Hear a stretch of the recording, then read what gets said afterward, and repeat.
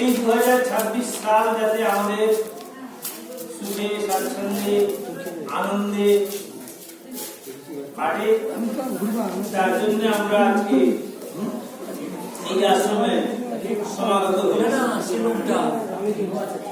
কিন্তু আমাদের যে বিষয়টা বুঝতে হবে, সময় দিন আমাদের জীবন থেকে ছেড়ে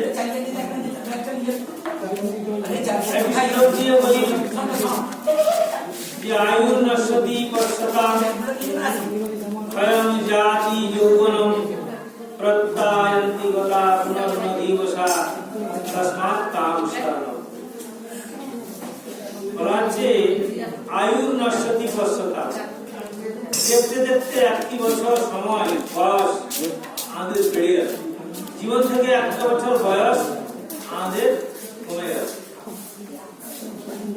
ক্ষয়ং জাতি যৌবনম, আমার শরীরের তেজ একটি বছরের জন্য কমে গেল। প্রত্যায়ন্তি গতা পুনর্ন দিবসা, প্রত্যায়ন্তি গতা পুনর্ন দিবসা, যে দিনটা আমার জীবন থেকে চলে গেছে সেটা আর ফিরে আসবে না। তাহলে সামনে যে দিনটা আসছে সেটাকে কি করে ভালোভাবে আমরা কাটাতে পারব। তো এই যে সুখ বলুন, শান্তি বলুন, ব্যবহারিক জীবনের যাবতীয় যা সব আল্লাহ, এগুলো হচ্ছে সব বাহ্যিক সুখ। এই বাহ্যিক সুখ আমাদেরকে পেতে গেলে আমাদেরকে কিন্তু কি করতে হবে না, আগে ভেতরের সুখ, ভেতরের শান্তি কে সন্ধান করতে হবে।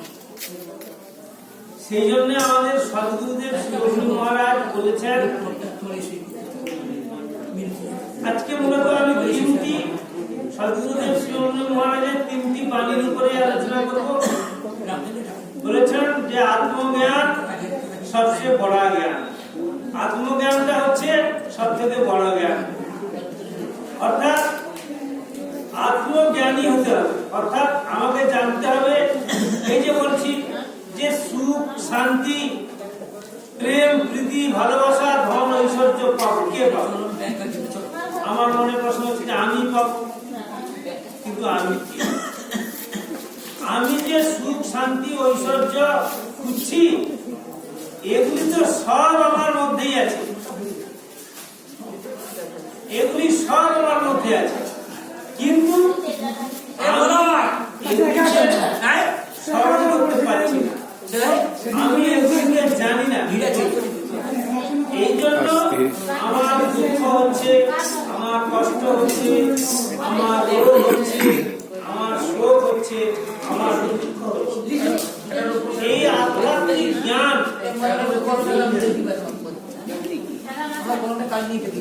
এই আধ্যাত্মিক জ্ঞানকে আমি যদি অর্জন করতে পারি, আত্মজ্ঞানী হতে পারি,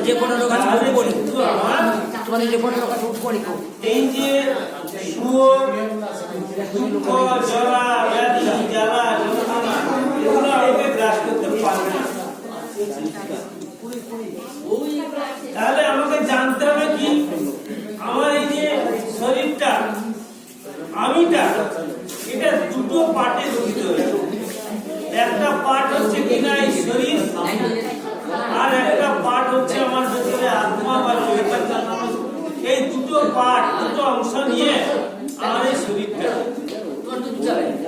তো এখানে আমাকে বুঝতে হবে যে আমার মধ্যে যে আত্মদেব আছেন, আত্মজ্ঞান অনুসন্ধান করতে হলে আমাকে আত্মতত্ত্ব জানতে হবে, আত্মা। তাহলে আত্মা কি? তাহলে আমাকে প্রথম বুঝতে হবে যে আত্মার সাথে শরীরের সম্পর্ক। আমার যে এই দেহ, এই শরীর, এর সঙ্গে আত্মার সম্পর্ক। আত্মজ্ঞান পেতে যাওয়ার আগে আমাকে বুঝতে হবে আত্মার স্বরূপ, আত্মা দেখতে কেমন। তারপরে আমাকে বুঝতে হবে যে আত্মা কোথায় থাকে, আমার শরীরের মধ্যে আত্মা কোথায় আছে। যে আত্মজ্ঞান আমি অনুসন্ধান করার চেষ্টা করছি সে আত্মজ্ঞান বা সে আত্মা কোথা থেকে আসেন এবং সে আত্মা কি করার জন্য আসে। এই প্রশ্নটার উত্তর খুঁজে পাওয়াই হচ্ছে আত্মজ্ঞান। এইটা পেয়ে গেলেই আপনার কি হবে না, এই যে বাহ্যিক বহির জগতে আমরা জাগতিক জগতে যে দুঃখ কষ্ট জ্বালা যন্ত্রণা অনুভব করছি তা উপশম করার কৌশল পেয়ে যাব। সদ্গুরুদেব তাই বলছেন যে আত্মজ্ঞান সবচেয়ে বড়।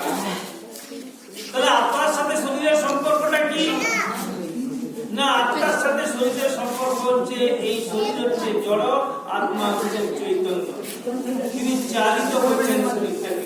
সম্পর্কটা উদাহরণের মাধ্যমে বুঝিয়ে দিই। আমরা কি করি না, ছুরি দিয়ে সবজি কাটি, আবার এই ছুরি দিয়ে আমরা মানুষের কথা কেটে দিই। এই দুটি কাজ করে কে? ছুরি দিয়ে সবজি কাটে কে? আমার এই হাত। আর ছুরি দিয়ে মানুষের গলা কেটে দিতে পারে কে? না, আমার এই হাত। তাহলে এই হাত ছুরি, ছুরি হচ্ছে কি একটা বস্তু, এটাকে আপনি সবজি কাটাতে লাগালেও সে কাটবে, আর মানুষের গলা কাটাতে লাগালেও সে কাটবে। হাত তদ্রূপ, হাতকে দিয়ে আপনি বলেন যে নাই সবজি কাটো, তাহলে সে সবজি কাটবে। আর এই হাত যদি ছুরিটাকে দিয়ে মানুষের গলা কাটতে যায় কাটবে, হাতেরও ক্ষমতা নেই, হাত বস্তু মাত্র, সাধারণ বস্তু মাত্র। তাহলে মূল চালিকার শক্তিটা কে? এই হাতকে কে নির্দেশ দিচ্ছেন যে তুমি সবজি কাটো বা মানুষের গলা কাটো? তিনি হচ্ছেন আত্মদেব। তার মানে আত্মদেব হচ্ছেন চালিকা শক্তি, আর আমাদের শরীরটা হচ্ছে চালক, মানে বস্তু। তাহলে এটা শরীরের সঙ্গে হচ্ছে আত্মার সঙ্গে। এবারে হচ্ছে কি যে আত্মার স্বরূপ কি না, আত্মা হচ্ছেন একটা আলোক জ্যোতি বিন্দু, বিন্দু বল, জ্যোতি বিন্দু বল। এই আত্মদেব কোথায় থাকেন?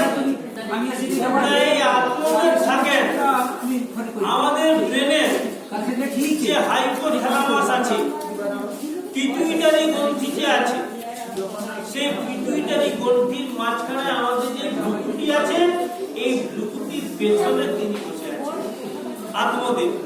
সায়েন্স এই কথাই বলছে, মেডিকেল সায়েন্সও এই কথাই বলছে যে আত্মা কোথায় আছেন না, আমাদের এই যে ভ্রূকুটির পেছনে হাইপোথ্যালামাস, ব্রেনের হাইপোথ্যালামাসে আছে।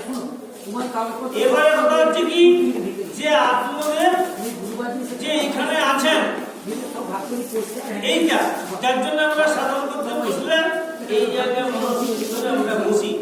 অনেকে বলেন যে আত্মদেব কোথায় আছেন না, হৃদয়ে আছে। অনেকে বলেন যে আমার সর্বাঙ্গ শরীরের মধ্যে আত্মদেব বিরাজমান করছে।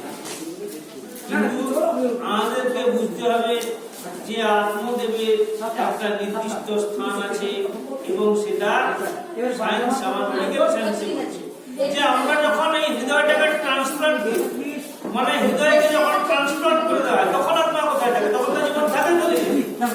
তাহলে আমরা যখন অঙ্গ-প্রত্যঙ্গ একই সঙ্গে, পা চলছে, হাত কাজ করছে, চোখ দেখছে, কান শুনছে, তাহলে আত্মদেব কোথায় আছে? নিশ্চয় সর্বত্র নাই। আত্মদেব একটি জায়গায় বসে দিনে চালাচ্ছে।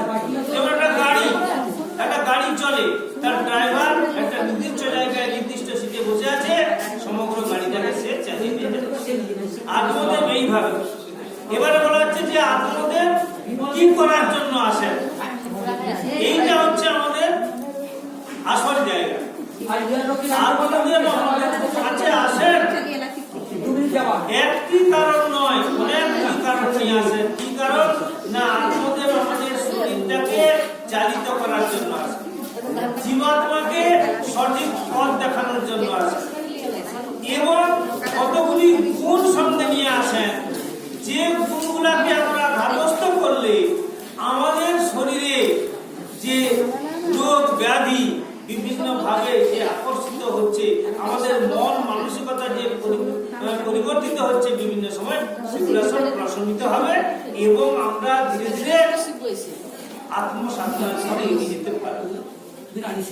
এই জন্য আত্মাকে বলা হচ্ছে 7 গুণী। এর 7টা গুণ নিয়ে তোমাদের আসেন, 7টা গুণের গুণই আত্মার মধ্যেই আছে।